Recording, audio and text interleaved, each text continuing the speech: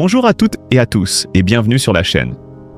Aujourd'hui, je vous invite à rester avec moi jusqu'au bout, car l'histoire que nous allons raconter n'est pas seulement celle d'une actrice célèbre, ni même celle d'une princesse par mariage. C'est le récit d'une femme debout, traversée par les tempêtes, brisée parfois mais jamais vaincue. Une femme qui a appris dans le silence et les larmes que même après les plus longues nuits, l'aube finit toujours par revenir. Clotilde Courreau. Un nom qui, depuis plus de 30 ans, résonne dans le cinéma français avec une élégance discrète et une intensité rare. Née le 3 avril 1969, elle s'impose très jeune comme l'un des visages les plus sensibles de sa génération. On se souvient de Le Petit Criminel, où sa fragilité devient une force dramatique, ou encore de La Vie en rose, où elle incarne avec retenue et justesse une part de la légende d'Édith Piaf.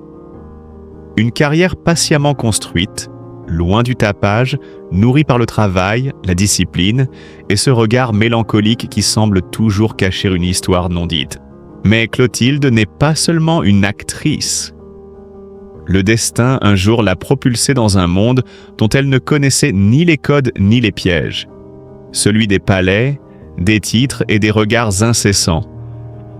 En épousant le prince Emmanuel Philibert de Savoie, elle devient princesse de Venise et du Piémont. Un conte de fées moderne, disent certains. Une cage dorée, murmurent d'autres. Derrière les sourires officiels et les apparitions élégantes, la réalité fut plus rude. Les années passent, les tensions s'accumulent, les silences deviennent plus lourds que les mots. Puis vient la séparation. Un divorce qui ne se résume pas à des communiqués polis, mais à des nuits blanches, à des doutes corrosifs, à cette sensation terrible que l'amour, un jour, peut se transformer en champ de ruines.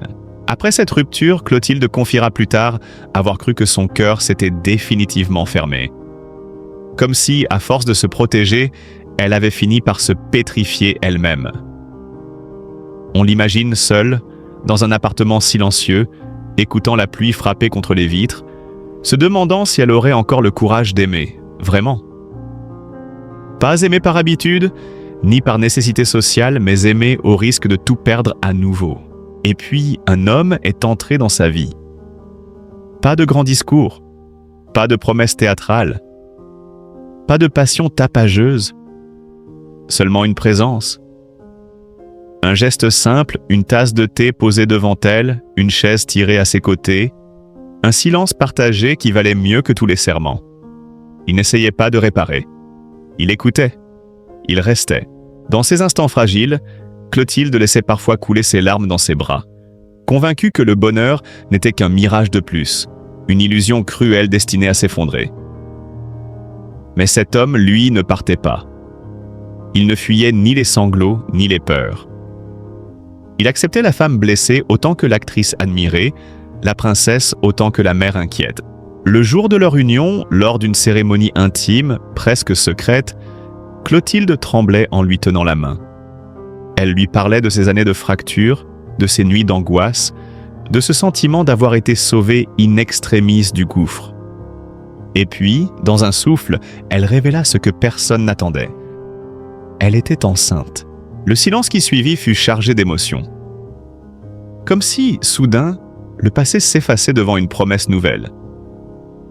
Cette annonce, plus qu'une bonne nouvelle, ressemblait à un miracle. Une réparation, une renaissance.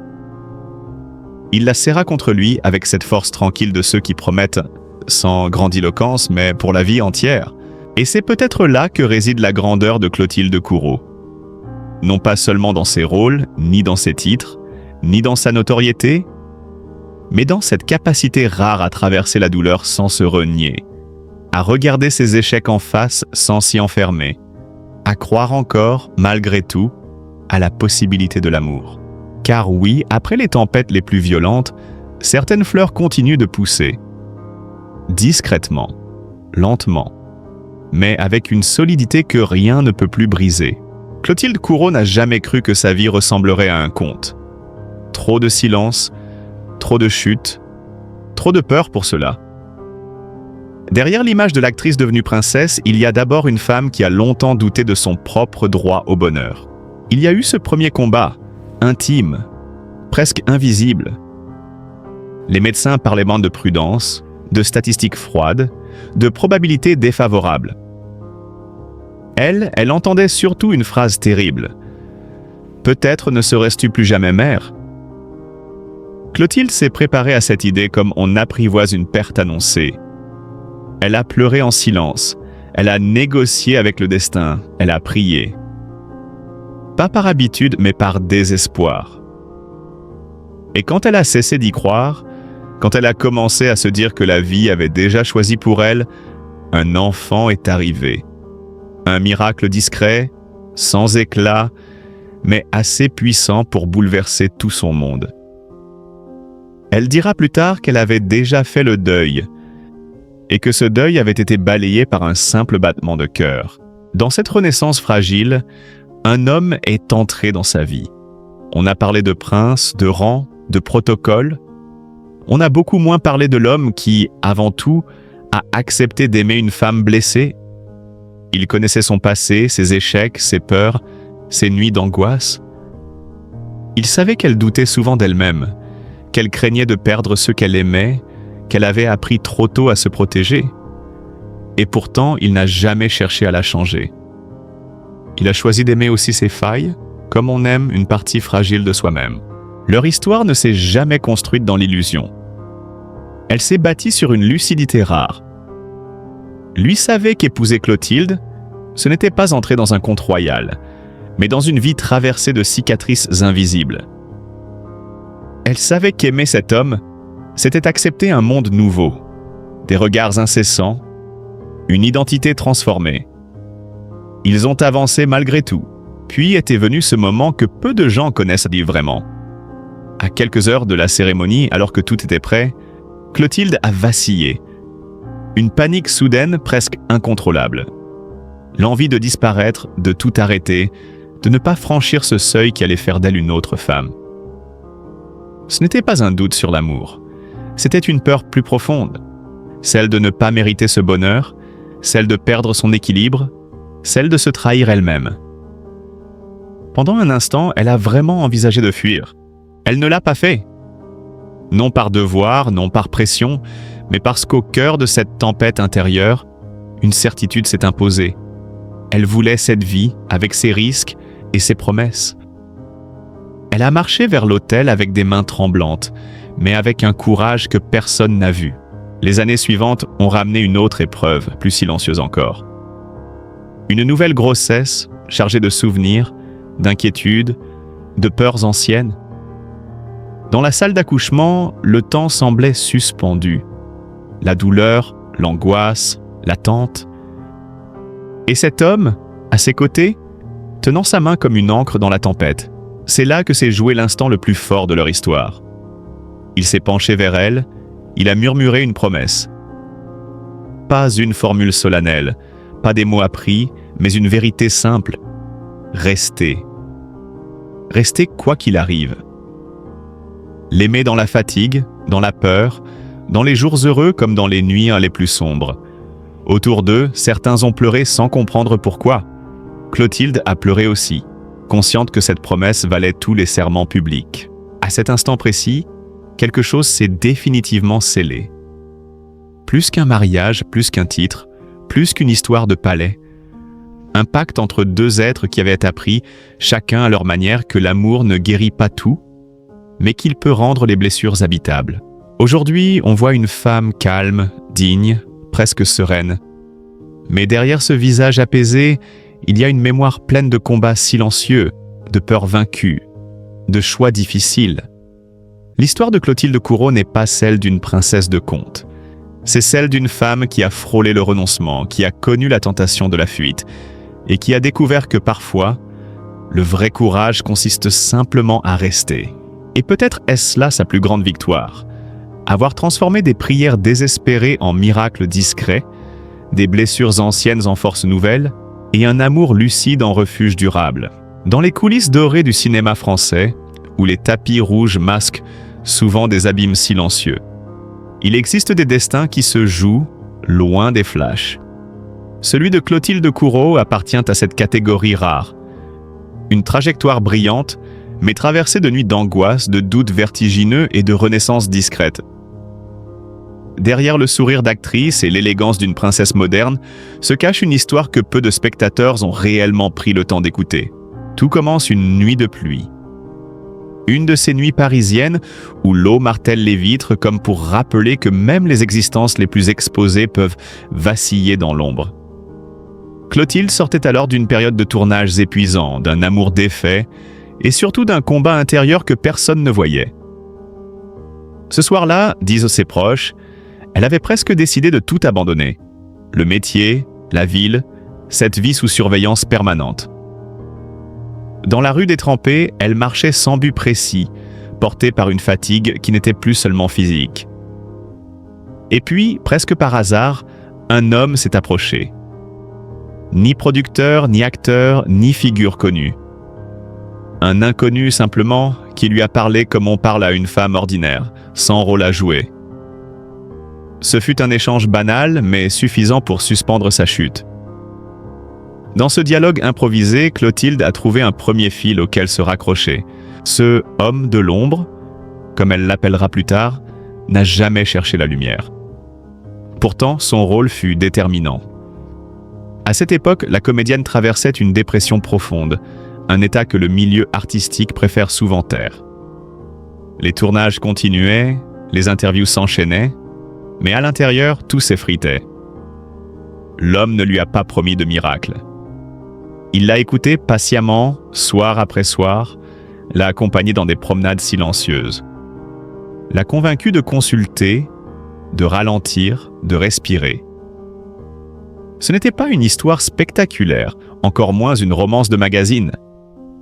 C'était un sauvetage discret, presque invisible. Et pourtant, sans cette présence obstinée, Clotilde reconnaîtra plus tard qu'elle n'aurait peut-être jamais retrouvé le chemin de la lumière. Puis vint une autre nuit, plus cruelle encore. Dans un couloir d'hôpital éclairé au néon, elle apprend qu'elle est enceinte. La nouvelle tombe comme un choc. Elle pleure, non de joie immédiate, mais de peur. Peur de ne pas être prête, peur de l'abandon, peur de revivre seule un combat déjà trop lourd. Elle est assise sur un banc froid, au milieu des bruits lointains des chariots et des portes battantes, convaincue un instant qu'elle devra affronter cette épreuve sans soutien. C'est là qu'elle téléphone à cet homme qui, depuis des mois, partage ses silences. Il arrive en pleine nuit. Il ne dit presque rien. Il lui prend simplement la main. Ce geste, dira-t-elle plus tard, a changé le cours de sa vie plus sûrement que n'importe quel rôle. Quand l'amour finit par s'imposer, il ne ressemble pas aux contes de fées que l'on projette sur les écrans. Leur projet de mariage se prépare dans une atmosphère fragile, encore hantée par les cicatrices du passé. Et ce passé, justement, refuse de rester tranquille. À quelques semaines de la cérémonie, un ancien compagnon refait surface. Des mots, des souvenirs, des reproches mal cicatrisés menacent de tout faire voler en éclats. Les rumeurs circulent, les proches s'inquiètent. La presse commence à flairer le scandale. Pendant quelques jours, le mariage est réellement au bord de l'annulation. Clotilde hésite. Elle se demande si elle a le droit de croire encore au bonheur, si son histoire nouvelle peut survivre aux fantômes d'hier. C'est là que l'on mesure la force de cette relation née dans l'ombre. L'homme ne fuit pas. Il affronte les questions, les colères, les doutes. Ils parlent jusqu'à l'aube et à plusieurs nuits de suite. Ils décident, ensemble, de ne plus laisser le passé gouverner leur avenir. La cérémonie aura lieu. Simple, presque intime. Sans triomphe tapageur, mais avec cette gravité douce de ceux qui savent ce qu'ils ont traversé pour arriver là. Aujourd'hui encore, quand on évoque Clotilde Courreau, on parle de ses films, de son titre princier, de son élégance. Rarement de ses nuits de pluie, de cet homme sans nom, de ce banc d'hôpital, de ce mariage menacé. Et pourtant, c'est peut-être dans ces instants fragiles que se révèle la vérité d'un destin. Non pas celle d'une star intouchable, mais d'une femme qui a douté, chuté, pleuré, et qui a trouvé, presque par hasard, la main tendue capable de la ramener vers elle-même. Dans un monde fasciné par les succès et les scandales, l'histoire de Clotilde rappelle une chose essentielle. Derrière chaque visage célèbre se cache une bataille silencieuse. Et parfois, il suffit d'une nuit de pluie, d'un inconnu, d'un geste simple pour qu'une vie entière change de direction. Chers amis, avant de nous quitter, permettez-moi de vous adresser quelques mots, non pas comme un simple animateur, mais comme un témoin de ces vies que la célébrité expose sans toujours les protéger. L'histoire de Clotilde Courreau n'est pas seulement celle d'une actrice talentueuse ou d'une princesse de circonstance.